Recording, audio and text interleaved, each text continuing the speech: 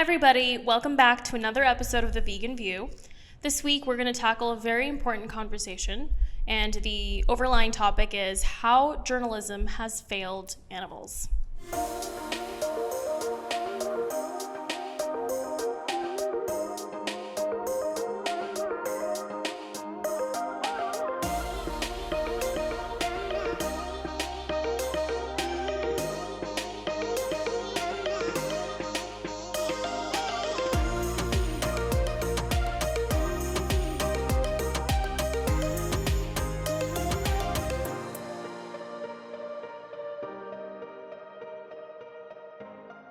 So I'm sure we have all seen the horse and carriage video in NYC, but in case we haven't, we're gonna watch it again right now, and we're gonna put it on the screen as well for you to see.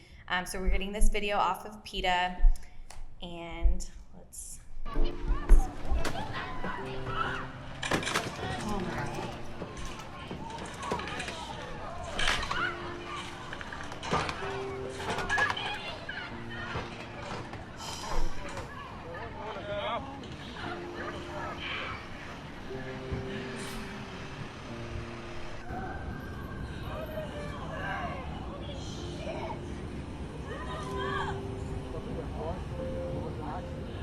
Yeah, because there shouldn't be fucking horses in New York City. It's fucking insane. That's very graphic. So what happened? That's not the most recent one. it's not. There's more. Okay. The most recent one, let's go to their page. So this is the one that recently had everyone. Oh yeah. So this is Like- another one. The horse just couldn't get up. He just collapsed. He was too weak. So they were spraying him with water. For some reason that was supposed to get him up. Was it hot that day?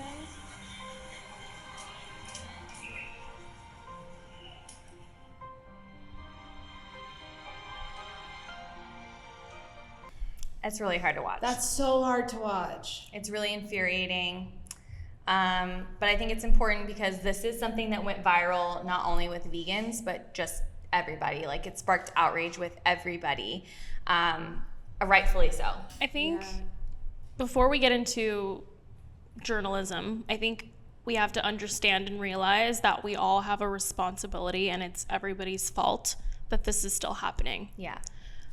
It may not seem like a really big issue to you. It may not seem like it's important to you. Out of sight, out of mind. It might be in another state. Yeah. But if you think about it, right now we're in autumn, and there's a lot of playgrounds, carnival rides that are happening. There's a lot of ponies being ridden by little kids. The situation is all around you, and sometimes you might not notice it. The way you get these things to stop is by pulling the plug and to stop supporting it. Yeah. And to tell the people around you to stop supporting it. Yeah. Everyone, a lot of people that I know, I won't say everyone, but a lot of people that I know are still taking their kids to zoos. It's a very similar situation. People argue that it's educational. I've had people tell me that pony rides at farmers markets are educational because it creates a bond between a child and an animal. It's not. Go to a farm, like a real farm. Mm-hmm. Where horses are a sanctuary, where horses are wild. You're not supposed to see a lion enclosed. They belong on a safari. You're not supposed to see these animals behind glass walls. That's not where they live. They don't live in New York. They don't live in LA. Right. We all have a moral responsibility to do the right thing and to stop supporting these businesses. This is why this happens. Yeah. As a tourist, when you go somewhere like New York and you get on a horse carriage like this, you're supporting the person that puts that together, whose business that is, and endorsing it and telling them that it's okay by giving them money and telling them, yes, I support what you're doing. You're abusing this animal and I support it. It's nice. It's something that I've seen other people do, whether it's a photo op or it's tradition or you've seen that people do it. It's not correct. It's not ethical. There is an animal that suffers to give you entertainment, essentially. And this is repeated everywhere. Any big city you can think of has animals that they're abusing. We can talk about Cairo and all the camels that are around the pyramids of Giza, which have now stopped. And big thing, or about to stop or stop. I don't really know the timeline of it, but in big thanks to PETA Asia, because they've been behind that. But you still have places like Petra where people will ride a camel or a donkey all the way up to the ruins, and they're going up, and nobody says anything about that. Oh, in Mykonos, they still very much have donkeys carrying tourists' bags up. Yeah. And there's videos of them, like, kicking the donkeys. Or there will be, like, I'm sorry, but, like, a human who is, like, a large man on top of a donkey. Yeah. They are smaller animals.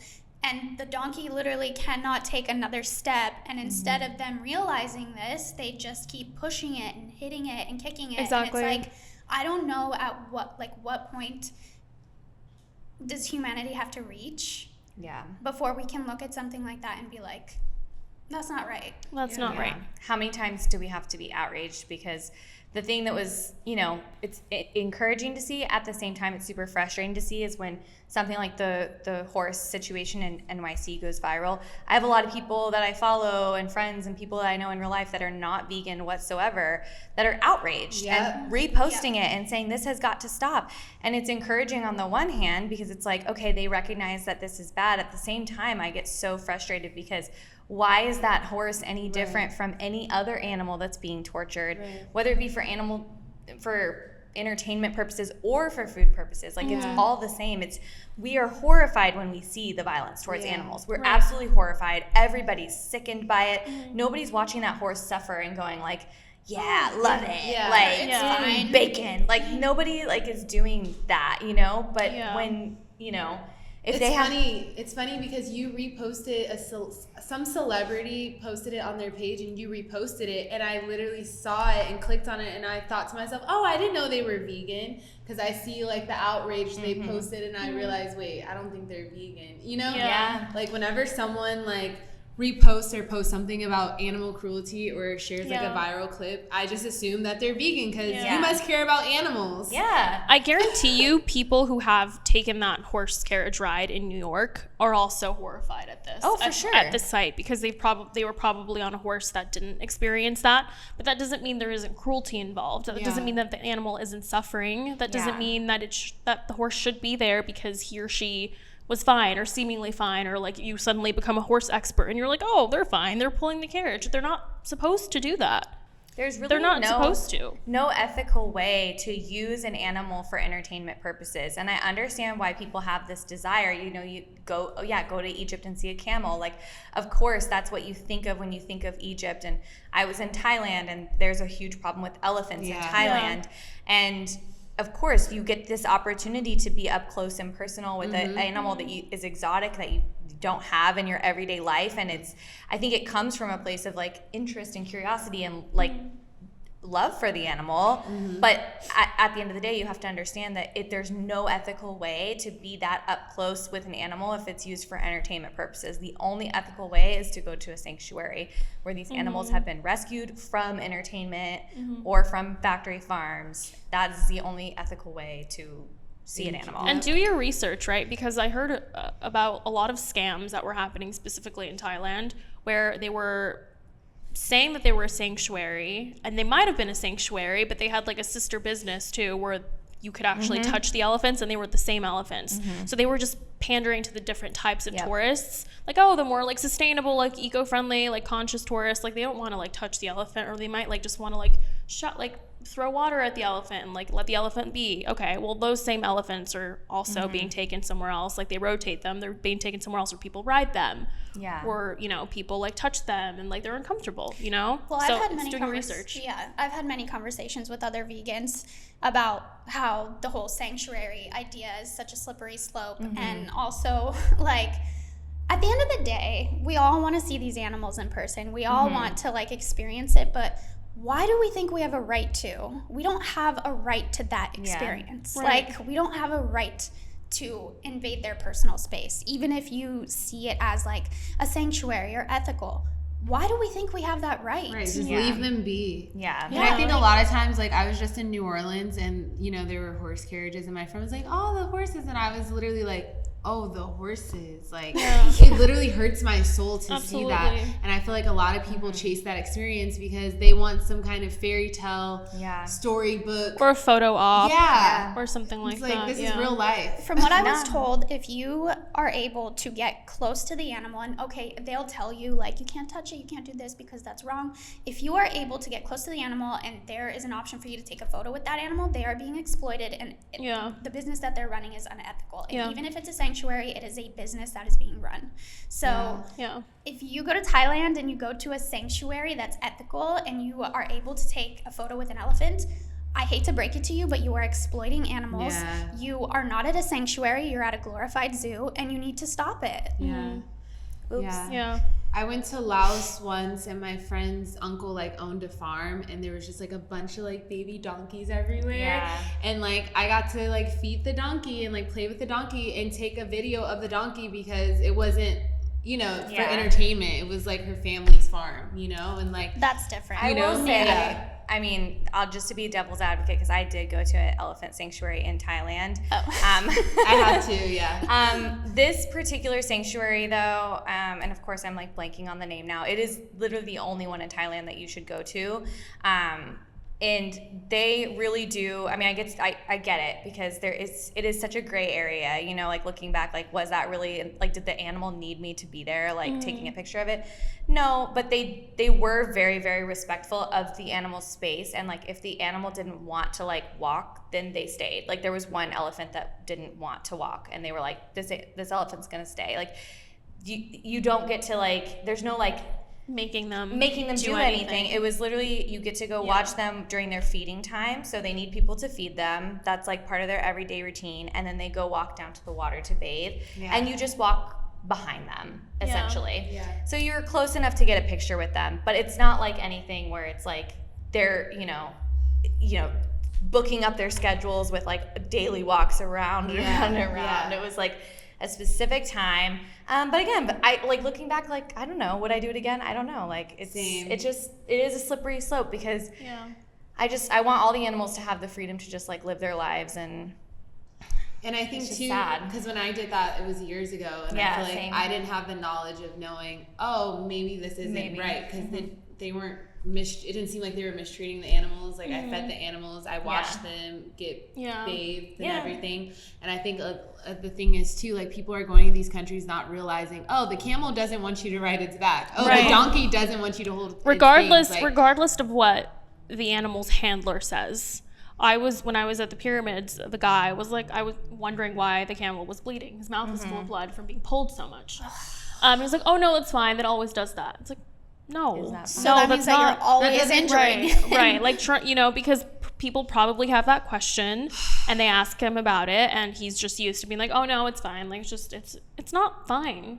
It's not fine. What's It's not crazy fine. to me is that people so badly want to justify being able to do that they will see something like a camel bleeding out of its mouth and someone will tell them, no, that happens all the time. You know it's wrong. You know that's a lie. He's lying to your face, but somehow you still are able to justify it to yourself and say, well, he's right. He says for it's an normal. Instagram Yeah. photo. You know that Well, it's it's not a- for an right. Instagram It's photo. Have cognitive. some stronger will than that. Yeah, and It's then a cognitive dissonance, and to like tie it all into how journalism plays a huge role in this is, I guarantee you, most people we know in our lives would not ride a New York carriage after seeing that viral video. Yeah. They won't. Because the media actually did push that out. Weirdly enough, because they never want to push out any animal cruelty articles ever, unless it's like about a dog or now the New York City horses.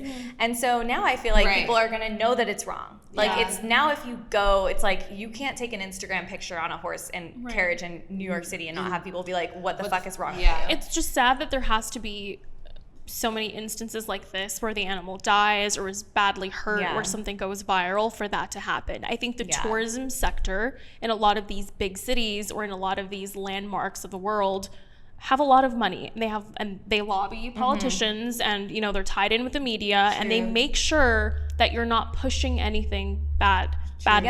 So I was on a flight going somewhere, and I saw either United or American, and they have their own magazine, and there was a spread, and it was like a 7-page spread about Petra and the cultures and sleeping here and staying there and the people and how they're wonderful, great things. I read the whole thing. There was no mention of how poorly animals are treated in and around Petra. Zero mention. Well, that doesn't sell. Aside in Jordan, like in the desert. Aside from the camels and the donkeys that are treated terribly, there's also random like stray cats and dogs that are kicked all the time because they're asking for food, and they're there and they know that tourists will go and they'll give them like little treats. No one is writing about that.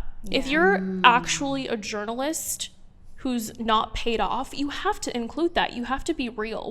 You have to ask yourself, why are you a journalist if not to tell the truth? Exactly. Are you a journalist to sell what someone is giving you? Because at that point you're an ad agency and you're no better than an influencer. You're no better than a blogger who's just writing up a post because someone is paying you. Except you happen to have a big boss like the New York Times or United Airlines or American Airlines or whatever it is. Why are you not speaking up against these injustices when you see them? I guarantee you saw them. Whether you're there for 5 minutes or you have the most lavish experience in Petra, why are you not speaking out about it? Who are you afraid of? Yes. Are you afraid of Visit Jordan? They know what's going on. They need the pressure. People have to go and people have to be mindful. They should go visit Jordan.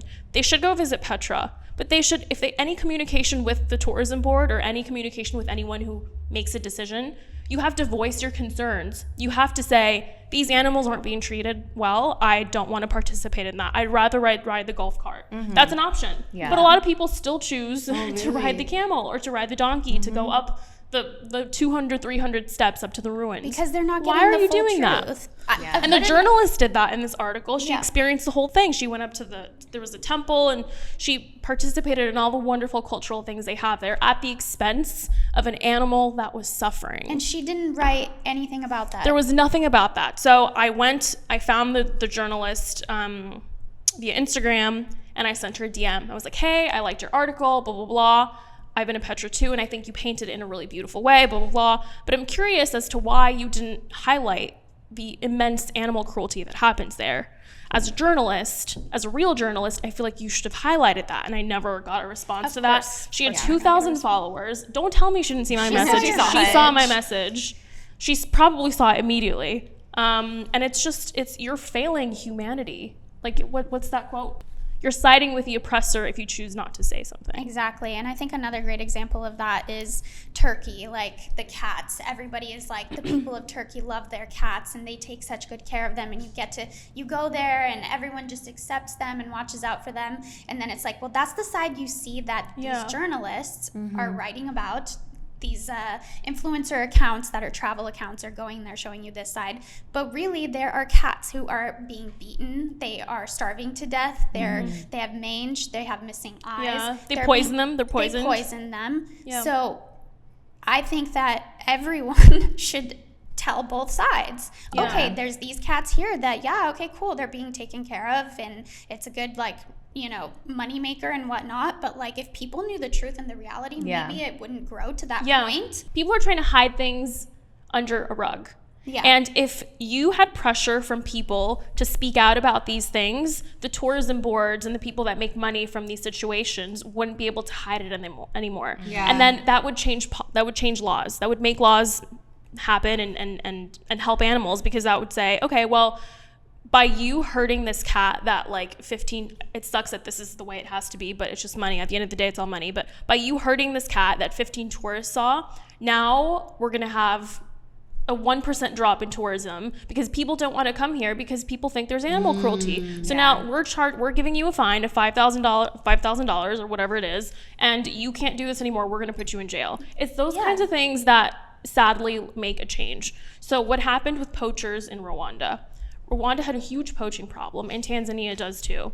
And what happened is you have to also think about sustainability and creating jobs that actually sustain these communities that tend to be very poor. So these poachers, why were they poaching? Not because they hated the animals, but because Western countries and countries like China paid so much money for ivory. And it's a huge thing that people crave and like to have.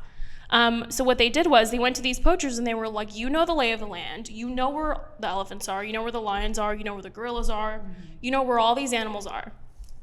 become a like sustainable like tour guide, because no one knows the lay of the land better than you, and you're going to make more money because these people will pay more to see animals in a natural habitat.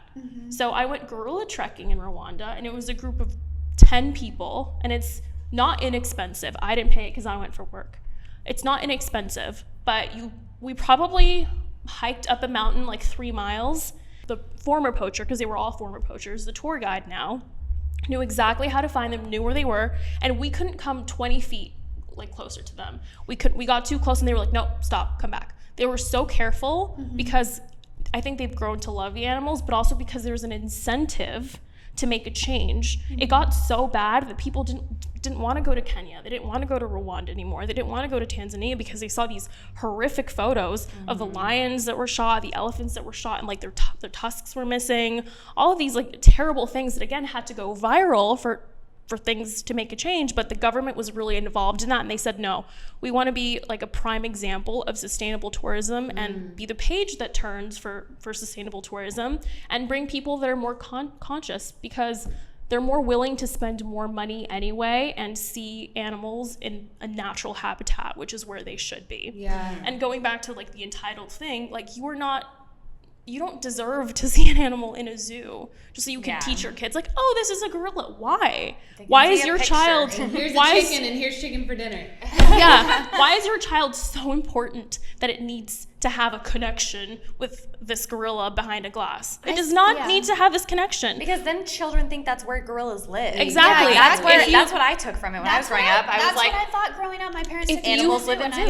If you have the privilege to take your child somewhere on a safari or gorilla trekking or to see animals in their natural habitat where no one is forcing them to do anything, if you have that privilege, you should take advantage of that and do that. But otherwise, there isn't a justification for education and showing kids something by hurting and harming the animal. And I don't know, It's the amount of just times not. that I've been to the zoo, I still have friends that take their kids to the zoo, and I just think it's the dumbest thing in the world. It's so beyond me how in 2022, with the information that there's out there, you still can like consciously go to a zoo or SeaWorld. Or SeaWorld. It's absolutely disgusting. I just like I've gotten to the point where I'm like, I want to like end friendships with people like this, because we're so They on don't different care. levels. The fact that, and that's the reality, is you know this, you have this information, and you know it, and You're justifying still it. choosing. You're justifying it. You're selfish, and you're deciding to put yourself, and you think you're more important than other living beings. Which I'm sorry, I hate to break it to you, you're not. You're not. But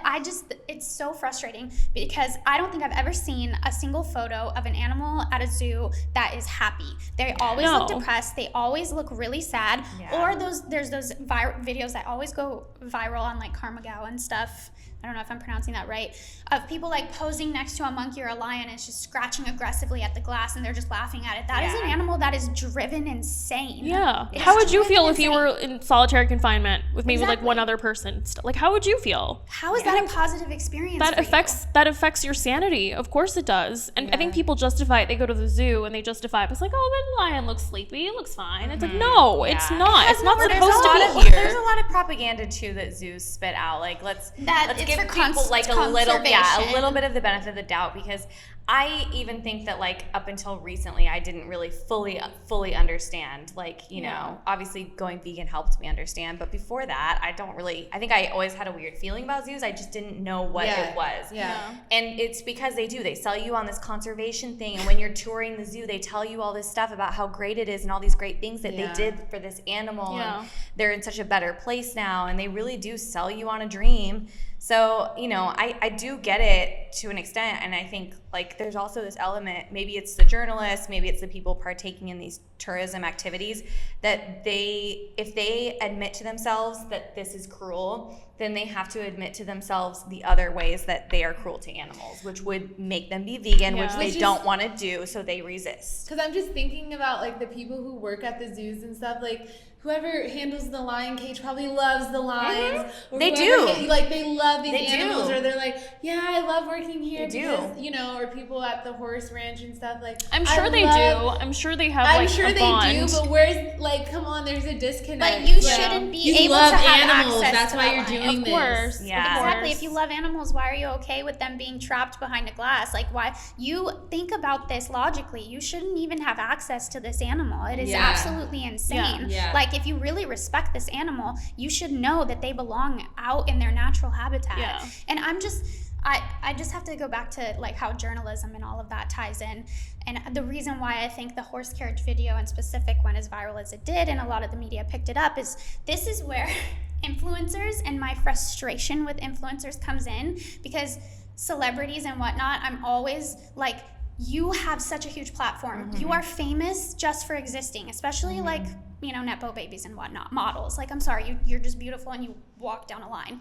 Like, you have a platform though, so use it. Bella Hadid and Kendall Jenner both posted something about it because Kendall Jenner has horses and she loves them, so she posted the video and she spoke out against it. Bella Hadid, like, loves animals. She's from New York, or she lived in New York, whatever. And she posted about it. So the media picks it up because these two extremely famous people spoke about it. So they allowed the media to be like, okay, this isn't going to be cringy. This isn't going to be some vegan agenda or whatever, because these two two of the most famous people in the world right now spoke up about this. So that's why I go on these like rants about influencers, because I'm like, at the end of the day, you are the one that has the power. You are the one that has the voice. You see these things that matter and your voice matters. That's true. And you need to use it. Yeah. I'm sorry, But true. also at the end of the day, they are what they are, right? They're models.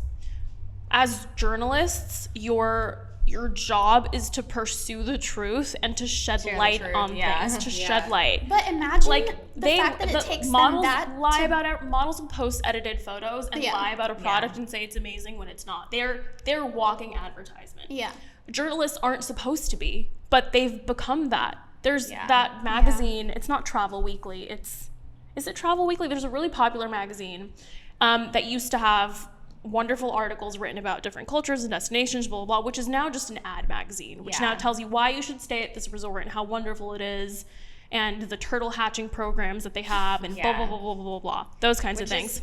But that's exactly like what she's saying, is like the journalists then pick it up because somebody like Kendall Jenner or Bella Hadid But how talks is about that it. Why? journalism? You Why should are be they doing ahead of that? them. Yeah. Why are you doing that? Why are you highlighting? I mean, it's great that they're speaking up about it. I'm not diminishing that. It's great that they're speaking up about an injustice. I know that Bella Hadid does that too with certain issues in the Middle East. She's great. She's one of the few But famous people I think is worthy. Why are you waiting for them to say something to then make an article about them saying something? You should be writing about it that's on your your job. own. Your article shouldn't be, Kim Kardashian said this about Beyond Meat, blah, blah, blah. No, your article should be Beyond Meat is doing this and changing the world in these ways. You should have said Not it Kim first. Kardashian posted about it. Like, you should have It's said it clickbait. first. It's clickbait, and Because unfortunately, the news is dying. Like, people just don't want to read it anymore. They don't care anymore. They do actually, like, we've seen it these last few years really rampant, how, like, people take social media as, like, gold. Like, that's where they get their information. truth. That's where they get their research from, is social media. Let's be real. The real movers and shakers of the world, the people that are making all the decisions, the politicians, they're all reading the New York Times. They're all reading the Wall Street Journal. They're not on Instagram scrolling, looking at Kendall Jenner's Instagram. They're not. The people that are making the decisions, that have to feel the pressure, are reading the newspapers,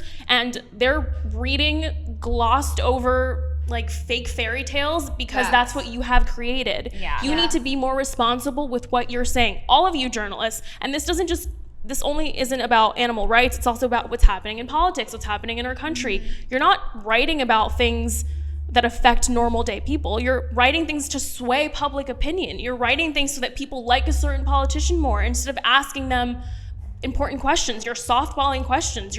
It's not real journalism anymore. What are you doing? Or just they in leave general. things out. Obviously, that creates bias. They leave certain things out that are true, that they've seen, because it wouldn't, fit the narrative that they're trying to put out there. And that, once again, goes against journalism. But, like, my whole point about the celebrities speaking out is that it's so pathetic to me that it took them to basically give journalists the okay. Exactly. Like, To talk okay, about it, it's yeah. safe for us to talk about this now. No, you should have been there first. You should have been the one talking about this only first. newsworthy because a celebrity talked about it. It's not newsworthy because of what it is, because there's so many instances like that horse and carriage. I guarantee you, just look up animal cruelty on TikTok or Instagram. Right. Look That's up not the the hashtag. first horse that. There's died on the horrendous. street. Yeah, Yeah. there's horrendous things happening to animals every single day, Yeah. all over the world, Yeah. and it's never newsworthy. And that's the thing, is everybody's so outraged about the horses in Horse in New NYC. York City and dogs. And the thing is and that it's video- speciesism. Yep. Exactly. Because people love horses like they love dogs, and Yeah. and that's why people love the horse and carriage. It's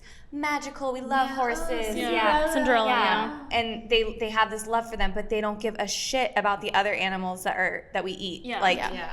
that are in factory farms. And Why? also, Baby. I don't know if everybody's aware, but a lot of times journalists don't have a lot of things to write about because they're not looking for good information. So they will interview, this is a true story. There is a newspaper that frequently writes articles on one of my boyfriend's friends because the journalist is that guy's friend, and he's featured him like at least 5 or 6 times to talk about like Bitcoin and tech. He's just like a regular guy with a small business and has written like a page article about him because he has to write something for that day or for that week. It's like, why aren't you filling that? Not that this guy is important and it's tech and whatever, blah, blah, blah, great, that's, but why aren't you searching for better stories? Why aren't you looking for things that will actually open people's eyes, Because that they're will lazy. inform people? This is Yeah. your job. Like, if your job is to write things and report on things, Right. why aren't you doing that? Even local news is like, there's always an agenda. Yeah. Like, you don't hear, like, woman in North Hollywood spilled cup of coffee, caused accident. You don't hear that anymore. Now it's allegedly crazy woman wearing a blue shirt, which means she was probably a Democrat, threw coffee onto the street, causing another guy.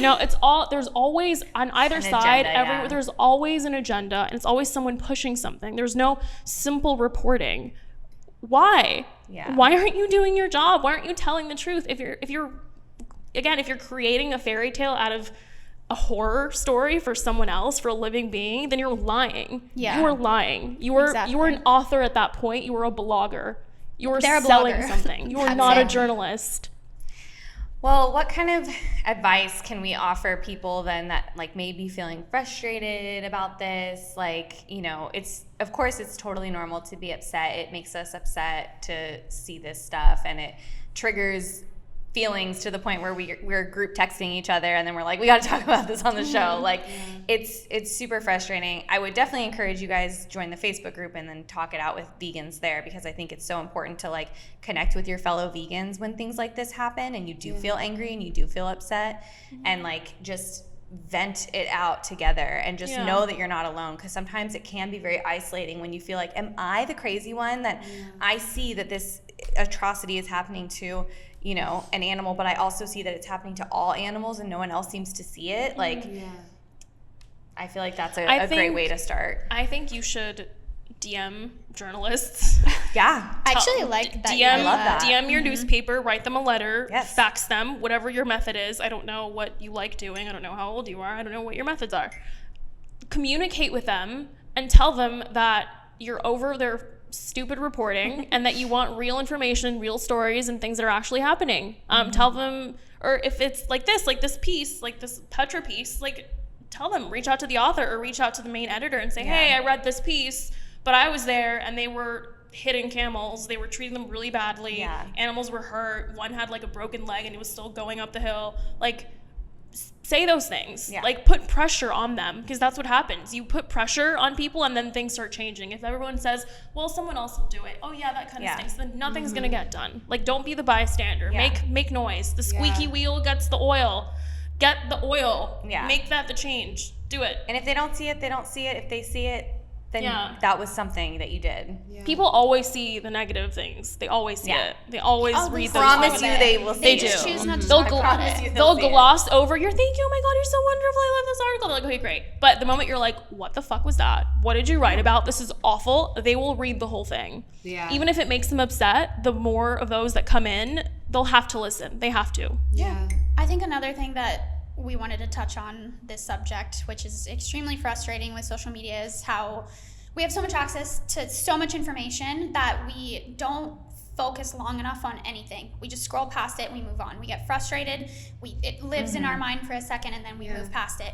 And I think that's why a lot of change doesn't happen, because we don't focus on things long enough. Like this outrage that happened with this horse carriage was great, and I loved seeing it. I loved seeing the people who spoke up about it and like the media that picked it up, and that's great. But that should have kept going. It shouldn't have just been a trend for a week or two. It should have continued on, and like the pressure should have continued on. Those same people who posted should be posting a month later and be like, what's up with this? What's going on? What progress have we made? Exactly. Where's that horse? And the thing at the end of the day is, if we had kept the momentum going, all the people who were outraged, maybe we could have helped that horse. But they, PETA especially, made so much effort to go in and try to find where he's at and begged his keeper to let them have him so they can take him to a rehab center and, give him a shot at life. But we just found out a couple days ago that he did die. He passed away because he was obviously being mistreated, starved to death, etc. So that's the consequence of not continuing, not keeping momentum. If you really want to see change, the things that you're outraged about, you should be talking about more than just when it's trendy. So that's what I have to say on that. Also, on that note, this could be an entire other episode, but don't knock organizations that are doing so much good work and that are putting so much work behind the scenes that you don't even know about because you heard a rumor. Don't knock organizations whose entire mission is to help animals and who actually are behind most of like the animal rights laws, the changes that we see, the victories that we see. Don't knock them. Read, inform yourself. Don't just read something on Reddit that an angry vegan or an angry non-vegan wrote about because they don't like how a certain campaign was handled or how it worked out. Like these people lobby all day long and they're pressuring politicians to make a change. Like, this is what we should be aspiring to, and this is the type of activism I think that we should all be trying to achieve, whether it's like an email or a phone. I'm not telling you to quit your job and go stand outside City Hall all day and like scream at people, but those things matter. Like, email someone, call someone, talk to someone maybe like that has influence that and tell them about the issue if they don't know about it, and like have a conversation with someone. Like, you don't know what good can come of it. Well, every form of activism is important, and you may not personally align with an organization and feel like that is like your path and that's how you align with them on every single belief, because we're not all going to agree as vegans. Like, we're not. At this table, we all have things we disagree about. That doesn't mean we should never speak to each other. Like, we should hate each other. We should end the vegan view now. Like, it's an entire animal rights organization. Of course, you're not going to agree with every single thing that they do. And you read one propaganda website that was put up, and and you're completely discrediting all the work that they do. You don't even see about 90% of the work that they do. They have an entire law team that is literally in the courts every single day fighting on behalf of animals. And you didn't even know that they were probably there trying to get that horse out of there. Use that same anger and make something positive of it. Like, pressure people and hold people accountable that have the ability to make a change and aren't doing anything. That's what you need to be doing. That's what we need to be doing. Everything is not so black and white. There is so much nuance in between that you have no idea about. And you should, maybe you don't agree with a certain organization, you should at least think, you know what, what I see is on their Instagram. I have no idea what's going on behind the scenes and what they're doing for animals. But at the end of the day, if they're the biggest animal rights organization in the world, maybe they are doing more than just posting on Instagram, Well, I feel like we could talk about this for forever. So definitely leave your comments down below. What have you experienced in your life with this type of virality when it comes to animal cruelty, and how do you think that we can help make this problem better? If you guys have any ideas, please share down below. Don't forget to join our Facebook group. Like I said, it's a great place to talk out things like this with other vegans. There's thousands of vegans in there, and it's a really great place, and we try to keep it happy and friendly, I would say. For the most part, great recipes and stuff too. Follow us on TikTok, Instagram, subscribe to this channel before you leave, and we will see you next time for another episode. Bye.